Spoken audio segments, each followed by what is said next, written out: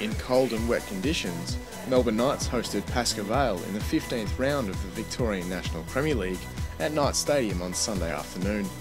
The match was the reversed fixture of round 2, where the Knights were victors thanks to 2 second-half Jacob Colosimo goals. The home side came into the encounter on the back of a huge victory, having toppled South Melbourne in the Doherty Cup on Wednesday to progress to the FFA Cup. Knights head coach Andrew Marth made one change to his last NPL Victoria squad, which drew to Northcote City last Sunday, with new signing Stipo Andrijasevic replacing Anton Kovacic. Andrijasevic made his debut for the club in the midweek game against South Melbourne, where he set up both goals in the Knights' 2-0 win. With Andrijasevic coming in, makeshift striker Milan Batur returned to his more familiar role in central defence, while Anton Kovacic dropped to the bench. Joining Kovacic was Marijan Svitkovic, Nick Serbanovski, and another new signing, Jordan O'Doherty.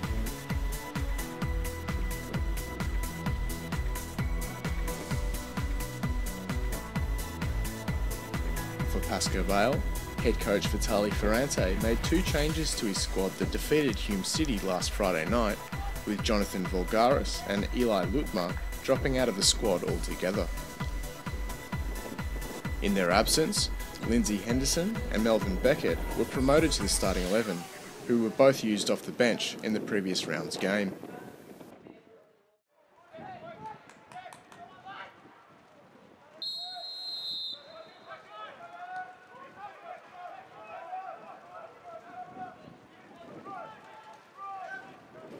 The away side started the match much better than their opponents, with Joseph Youssef testing May with a tame header inside the first few minutes. 2 minutes later, and Pascoe Vale's second shot on target was good enough to break the deadlock, when a floated Van Skip ball into the box was caressed into the back of the net by Lucas Santilli.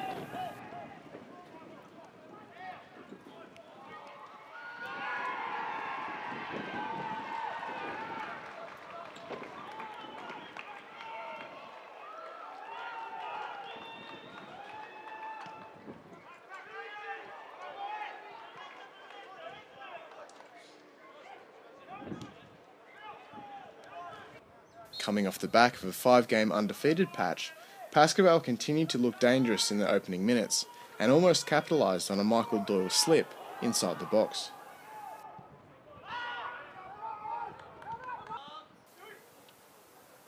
Shortly before the 20-minute mark, the Knights started to find their rhythm, with some good football opening up space for Višević to put a header just wide of the target.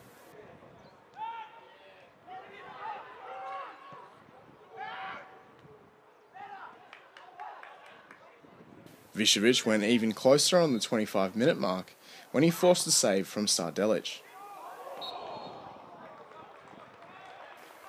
A good chance from Višević, who has looked dangerous from set pieces this season. Half an hour played and Pascoe Vale should have had a 2-goal cushion when a long ball to the back post was inches away from picking out a header.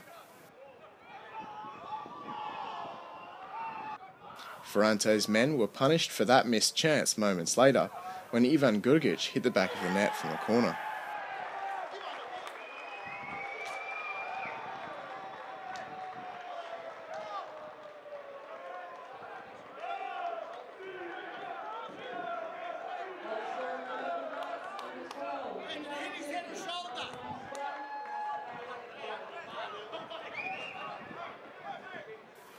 Tomislav Uskok's aerial ability played a big part in the goal, with his initial header flicking the ball towards Grgic. In the 43rd minute, referee Chris Young halted play to bring both head coaches together in an unconventional attempt to stop complaints from the sidelines. That incident was one of the last highlights of a somewhat quiet period, with both sides entering the dressing rooms with a goal each. Andrew Marth's men were much improved in the second half, and created an albeit tame chance 6 minutes out from the interval through Uskok.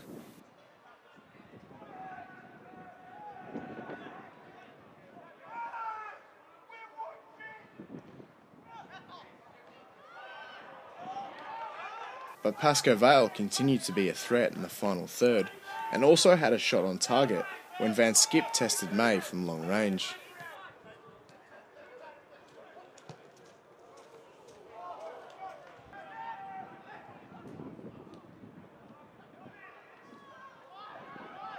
Van Skip, the son of Melbourne City head coach John, created another chance shortly after when some good wing play opened up space for him, but his attempt was off target. On the hour mark, controversy erupted when the Knights had penalty claims waved away after the Pascoe Vale goalkeeper clattered into Daniel Višević following his chipped effort.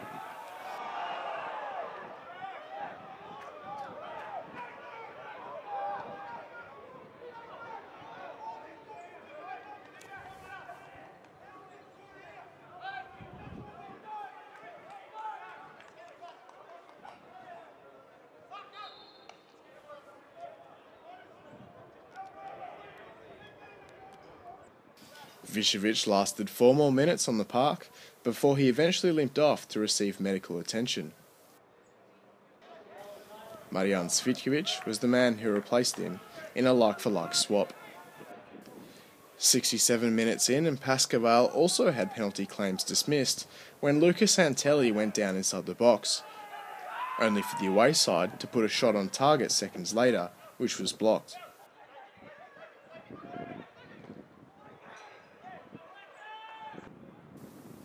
From the subsequent corner, Joseph Yusuf put a header wide of the target.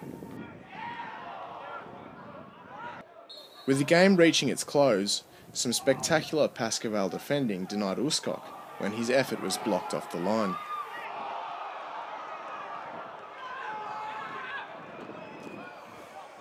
It was substitute and former Melbourne Victory man Carl Recchia who got the all-important clearance to deny a sure Knights goal. 10 minutes out from the end and the away side were gifted a chance when a battle of back pass was intercepted, only for May to pull off a good save to keep the scores at 1-1. Both sides pushed hard for a winner in the final stages, including one curling Recchia effort, which was no match for Chris May. Up the other end, and Cvitković managed to get on the end of a corner, only for the wet ball to flick wide of the target. In the 83rd minute, Joseph Yusuf showed some quick feet to evade his defender, but his shot lacked any real danger. With 5 minutes left on the clock, Knights managed to create another chance when Suri and half-time substitute Jordan O'Doherty linked up in the wing before floating a ball into the box.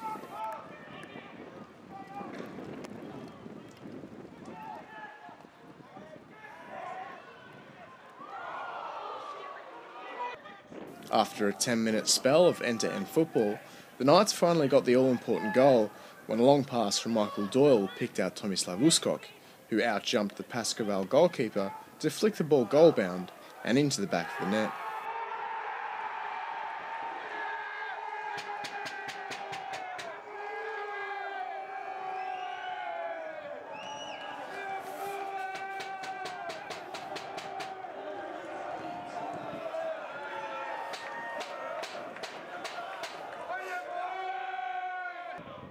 But it all could have gone horribly wrong moments later when a battle of back pass was quickly cleared by Chris May. The away side pushed for an equaliser in the 6 minutes of additional time, with a few slips on the wet surface halting the attack before Van Skip got a shot away.